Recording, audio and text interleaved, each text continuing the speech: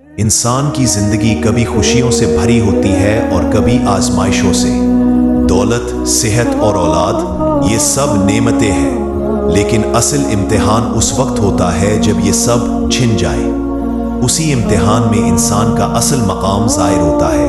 कुरान करीम में एक नबी का जिक्र आता है, एक नबी जिसने अपनी दौलत खोई, अपनी सेहत खोई, अपनी औलाद खोई, लेकिन कभी अल्लाह पर भरोसा न खोया। ये थे हज़रत अय्यूब अलैहिस्सलाम, सब्र और इस्तिकामत की जिंदा मिसाल।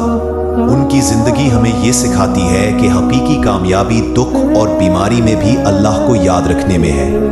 हज़रत अय्यूब अलैहिस्सलाम को अल्लाह ने बेशुमार नेमतों से नवाजा, खेतियाँ, माल मवेशी, सेहत और खूबसूरत औलाद। लेकिन अल्लाह ने उन्हें आजमाइश में डाला। खेतियाँ जल गई, माल खत्म हो गया, बेटे बेटियां एक एक करके दुनिया से चले गए, और फिर जिस्म पर बीमारी आ गई। अय्यूब अलैहिस्सलाम बिस्तर पर पड़ गए, जिस्म पर जख्म, लेकिन दिल पर अल्लाह की याद।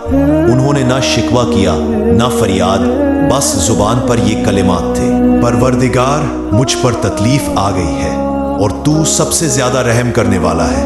और जब सब्र अपनी इंतहा को पहुंच गया तो रहमत इलाही जोश में आ गई। अल्लाह ताला ने फरमाया, अपना पांव जमीन पर मारो, ये है ठंडा पानी नहाने और पीने के लिए। हजरत अय्यूब अलैहिस्सलाम ने हुक्म पर अमल किया और अल्लाह ने उन्हें सेहत अता फरमाई, खोई हुई नेमतें लौटा दी और उनका सब्र क़यामत तक के लिए मिसाल बना दिया। आज जब हम किसी मुसीबत में मुब्तला हों तो हजरत अय्यूब अलैहिस्सलाम की दुआ याद रखें, उनका सब्र याद रखें। वो हमें ये सिखाते हैं कि मुसीबत वक्ती है, लेकिन अल्लाह पर भरोसा दायमी है।